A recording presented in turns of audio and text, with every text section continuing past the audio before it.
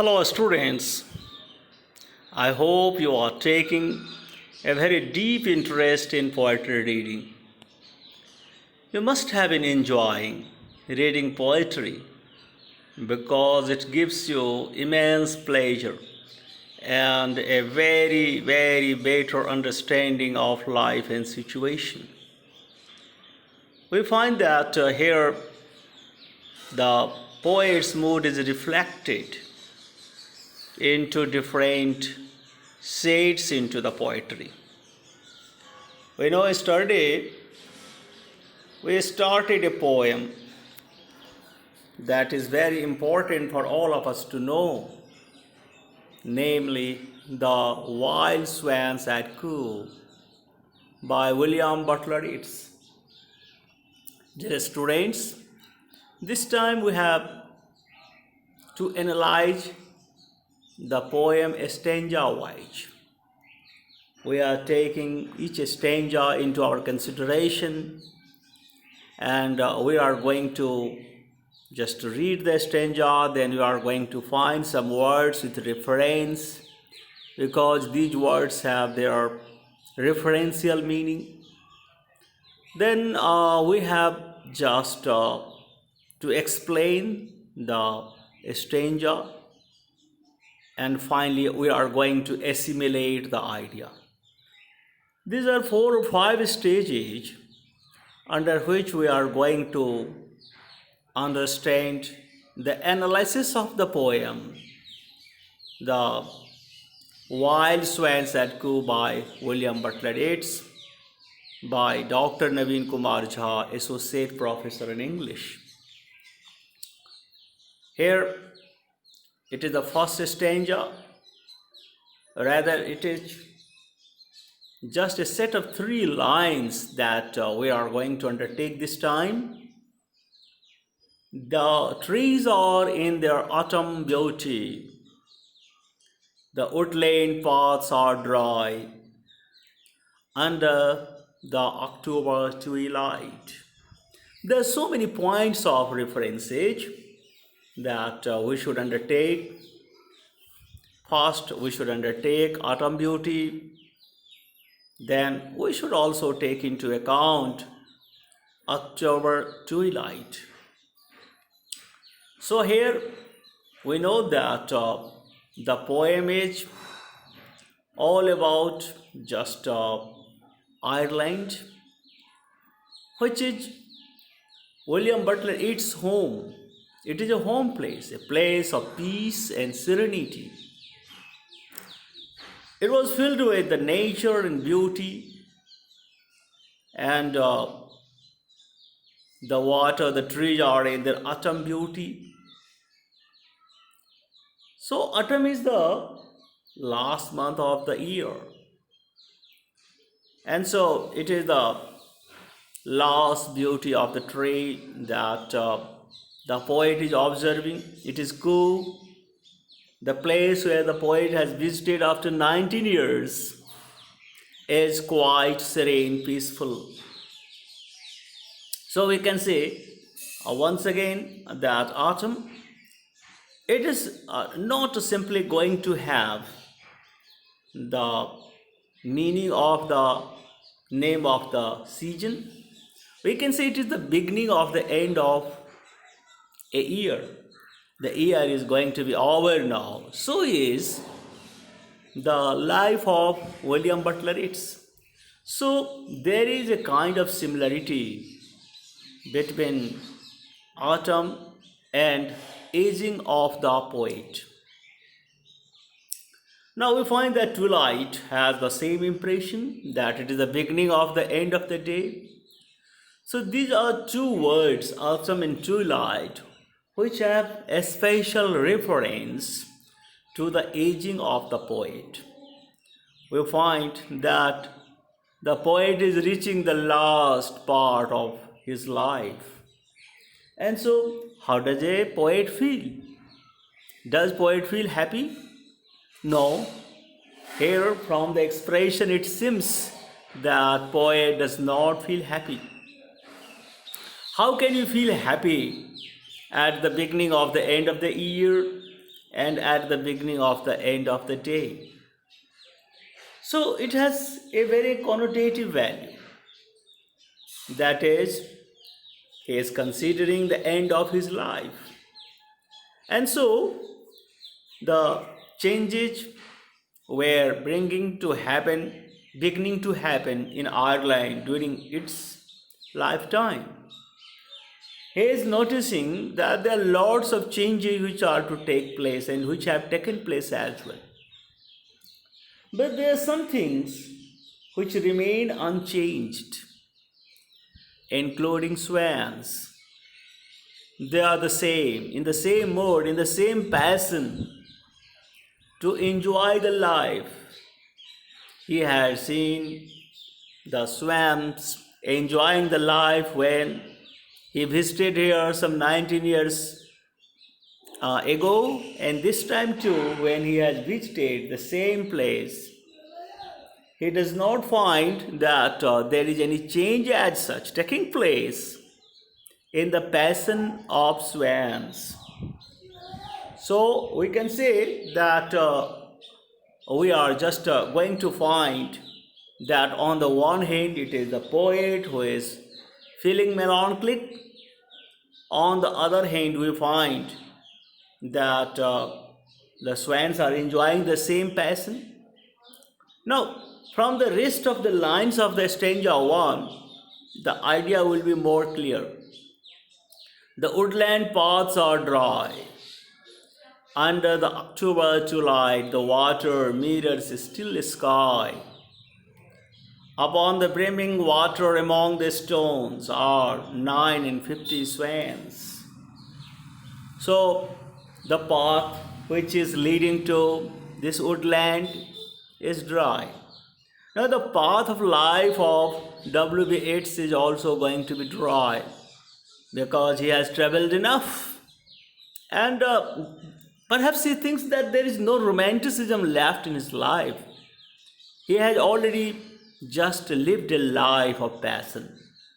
Now, at this stage of life, he does not think that there is any path which is luscious. The path will be just dry and dry under the October twilight, and the water mirrors a still sky, and the sky is still. We find the contrast between the feeling of the poet and the nature of her. Just when you look at the mirror image of a sky in water, we find that it is still hardly any change. The nature does not move forward. It remains in the same condition. While the poet has moved forward enough that he cannot go back upon the brimming water among the stones, and there are 49 swans. So here just it is waterful, and we find that these swans are playing with the stones. That it is what the hard reality is that the poet tries to reflect on. So it's reflect on his peaceful Ireland before the chaos broke out. Now, as the poet is expressing his melancholic mood, he is just looking at the present chaotic situation of Ireland, his country. He remembered that some 19 years ago, the Coole is itself a reflective of just the country that is his native country, Ireland, that it was peaceful, it was quiet and calm and beautiful. But now chaos has come out, and it has totally destroyed the peace and serenity of the country. We know that this poem was published in 1917, a year after the Easter Rising of 1916. You find that there are two important historical incidents. First, it was the First World War, and the second was just the movement, Irish movement rather, to make the nation free. These have brought out lots of change into the mindset of the people. Nature is not going to change, but the dwellers of Ireland, but the people of Ireland, including the poet.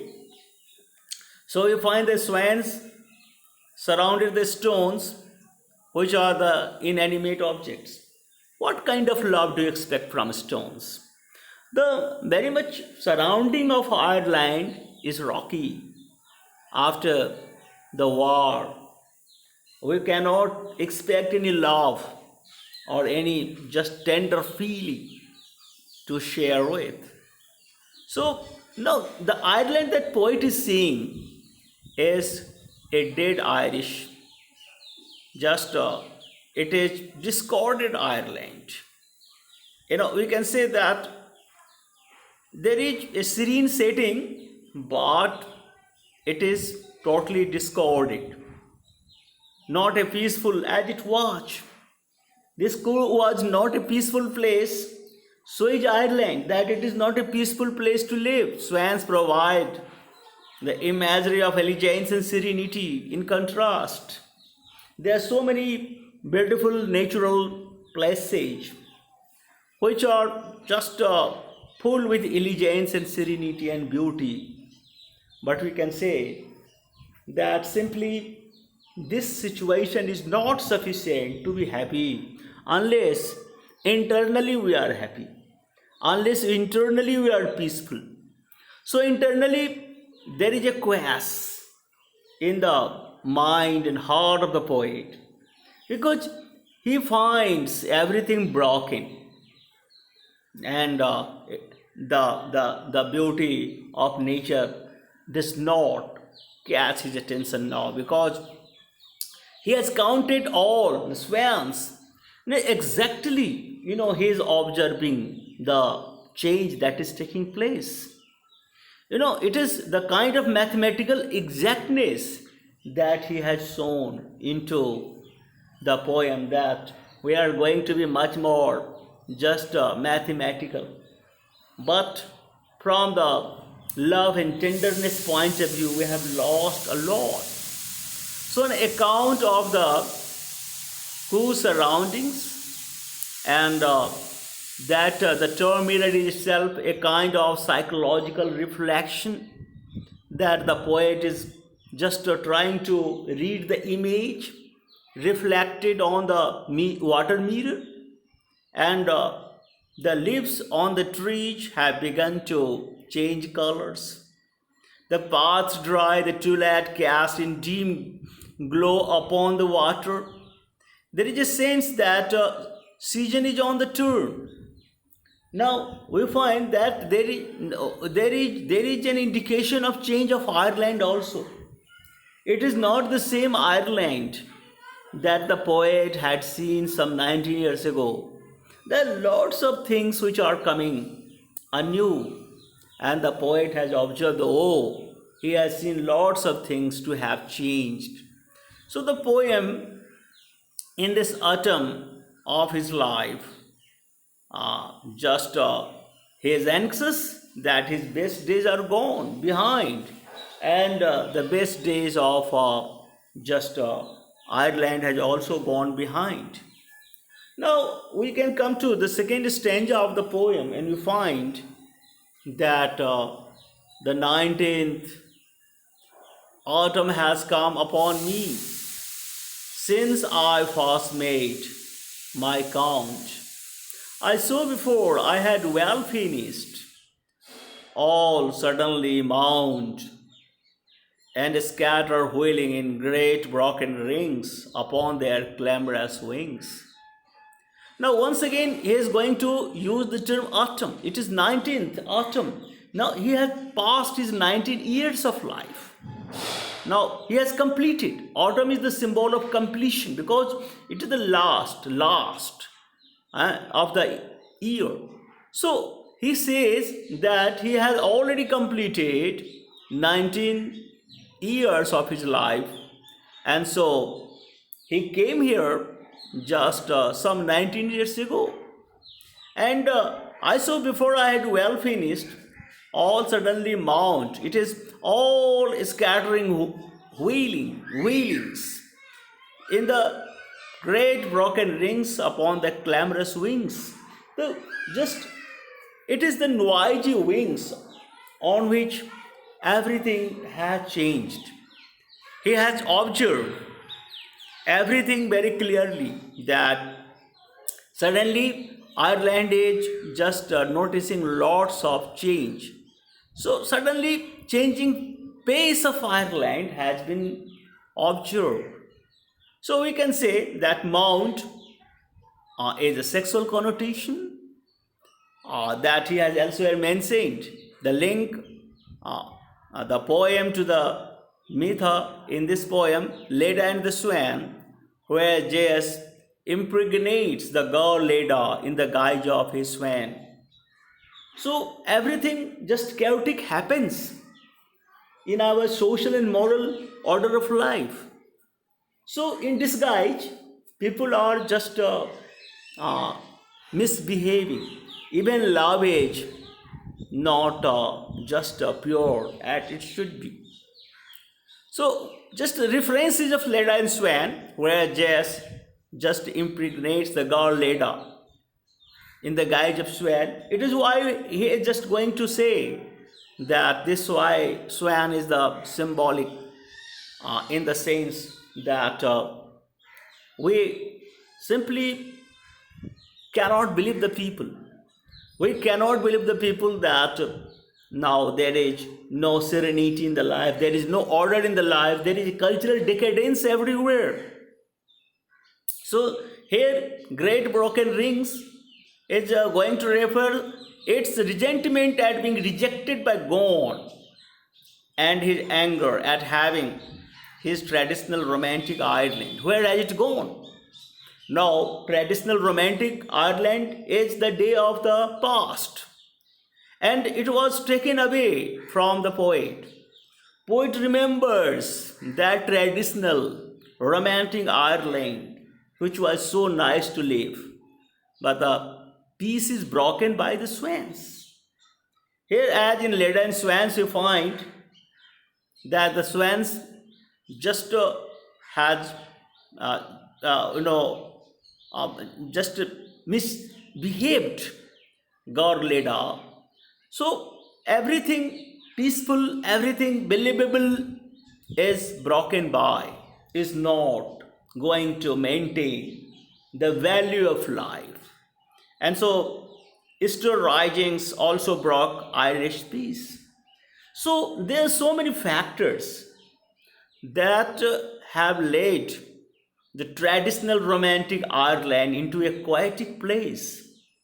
So in the mirror, water mirror, he looks up everything that on the glamorous wings, he is just going to observe that okay, instead of serenity, instead of peace, there is clamor and clamor and clamorous and noisy atmosphere into Ireland. So this is not the place to stay any longer, and it is why he is melancholy. He finds that nature remains the same.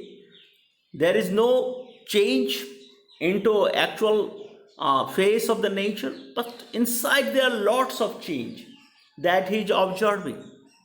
So we can say that the tone of the second stanza is melancholic remembrance of the history and tradition of Ireland. Now we already know that 19 years since his first visit to Coole has been taken into account. Just when you first counted the swans on the lake, it was all enjoyable place for him. He was filled with just tenderness and beauty of the place. Before the speaker even finishes counting these swans, they take off suddenly.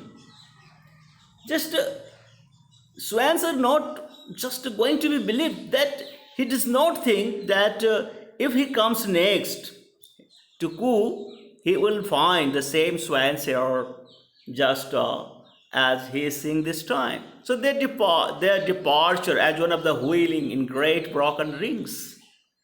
So they are going to depart.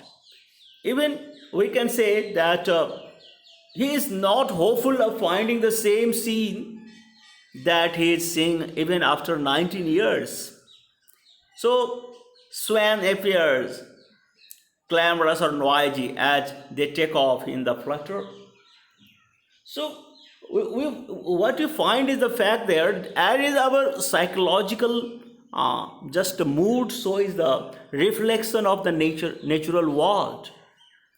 Nature perhaps is viewed according to our psychological condition of mind. If you are happy, nature seems to be happy. If you are melancholic, nature seems to be melancholic. If we are sorry, nature seems to be sorry. So, nature itself does not have any kind of mood. Now, mood is very much of the viewer, of the observer, isn't it? That we see nature with certain condition of mind, with certain condition of view, and so is nature just going to appear before us. So, just when we have lost our father, we go to the garden, we find that even trees are weeping with us because it is the reflection, psychological reflection of our deep sorrow that we project on the nature. So he thinks that nothing is stable here in Ireland because the changes are taking place. From that peaceful Ireland, the Ireland we are living had just changed a lot. So how can you believe this? That we are going to find the same sort of thing and same sort of idea and so on. No, we cannot believe this. It is why he is not sure of anything. We simply can say that the stability in life has not been the very much symbol of life. Life was known for stability, as nature is stable, as he finds everything in the same situations. But he finds, okay, nature even is the same situation, but he does not find the same mood of the nature because his mood is melancholy. So we may say that the poet is going to find that this world is just changeable. We cannot stand at a point of time when we can say, let this time be going on forever. It never happens in our life. We are just like, just moving, wheeling, just around the demand of time. We are wheeling round the time, and time is just not a stable entity, and so on. So now we are coming to the stanza 3. I have looked upon those brilliant creatures, and now my heart is sore. Why? Because he's sorry to see everything. These are brilliant creatures that he had seen some 19 years ago. Now all is changed since I hearing at your light, the first time on this shore. The bell beat of their wings above my head, trod with a lighter tread.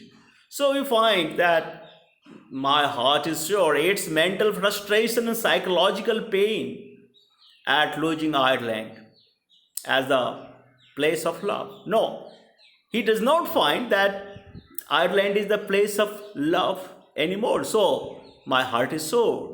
All changed since Ireland's changing around. The structure suggests that it is leaving behind. And so we can say that as the life is moving, so the nation is also moving. We find that yes, we cannot expect and we cannot simply have this much control over the time to make the nation stop at one particular time. So here it is all the personal feeling that he is projecting. Personal pronoun I comes after the changing process, meaning all changed. He feels everywhere changing. The bell beat, end of life. And we find that there are so many nationalist heroes who have lost their lives. and there are so many things which have been lost. So everything had changed so much since 19 years. When he first saw the swans, they did not make his heart show. It was happy to observe swans that time because it was all serene and peaceful. But now it is all chaotic, and there is disorder everywhere. So he's not enjoying, this time watching swans. These swans are now bringing sadness to his heart.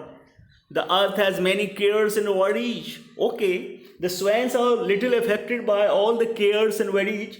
So we find the life of swans are going in the same way, but our projection is different.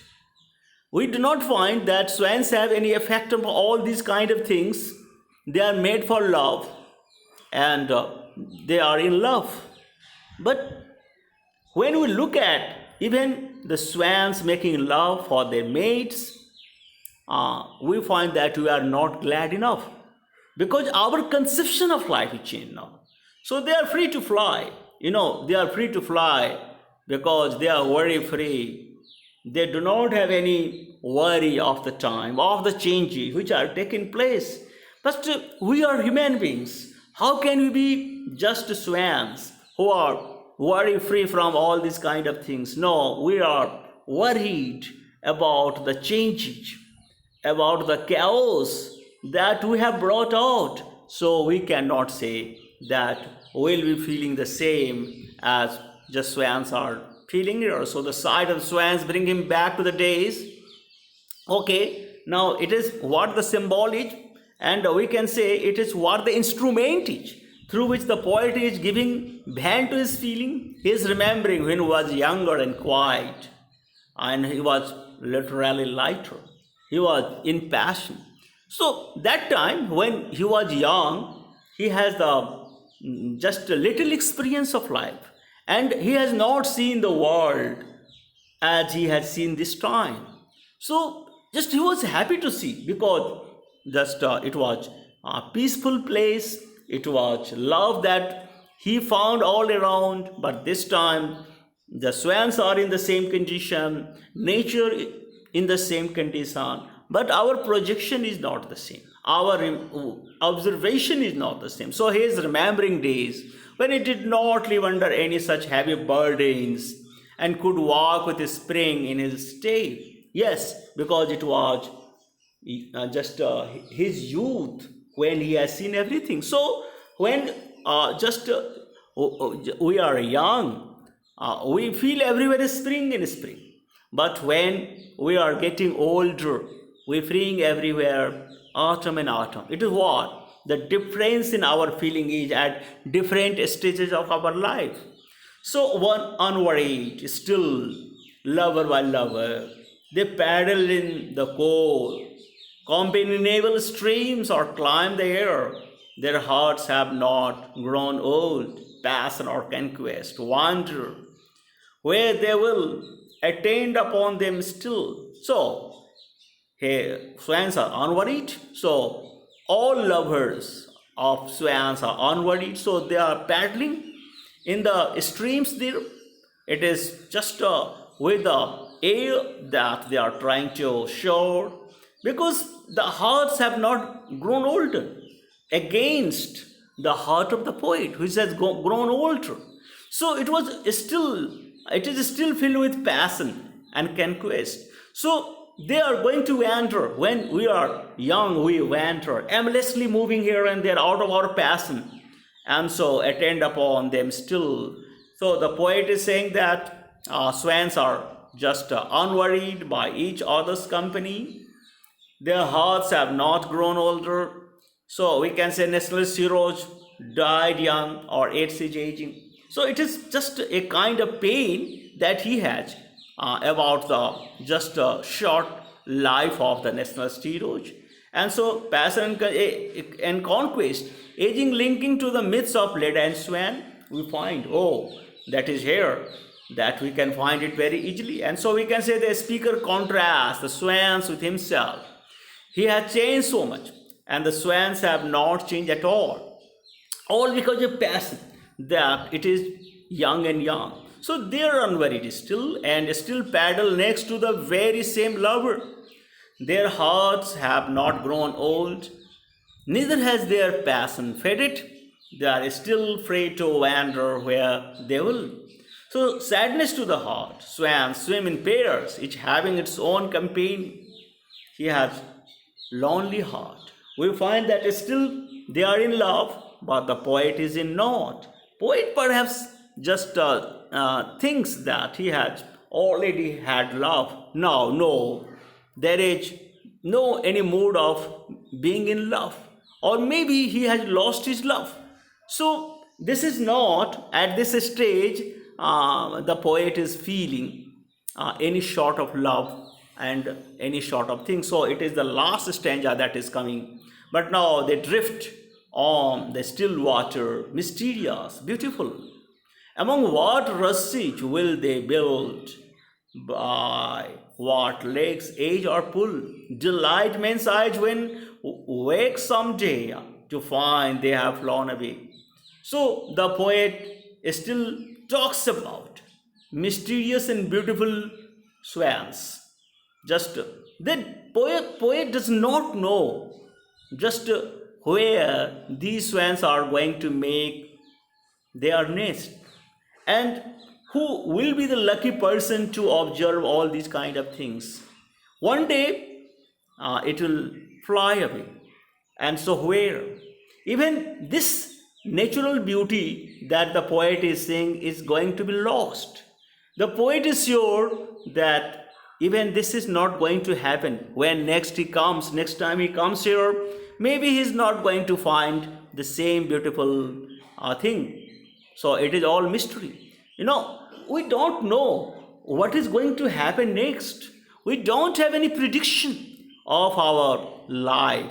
To what extent you are enjoying the beauty, and when you are going to be deprived of all these kind of things. So, but now they drift on the still water. The swans came back to it to suggest that his traditional island has not come to an end, and still hope for it despite lack of moment and lack of life. Yes, so this is what hope is there, that the poet is just hopeful of having same native country, native land, when there was a piece of peace, but he is not sure of. Yes, it is what the consolation is from the Jaswans. So delight man's eyes when I wake someday to find they have flown away.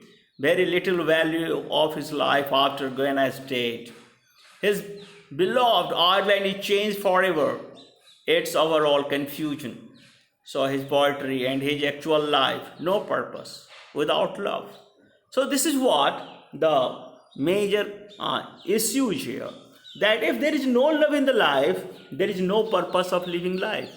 That there is still hope in the heart of the poet that he can see once again the same beautiful and prosperous Ireland, traditionally speaking, that he has been living in his young age. But this is a kind of just fortune. This is a kind of lot.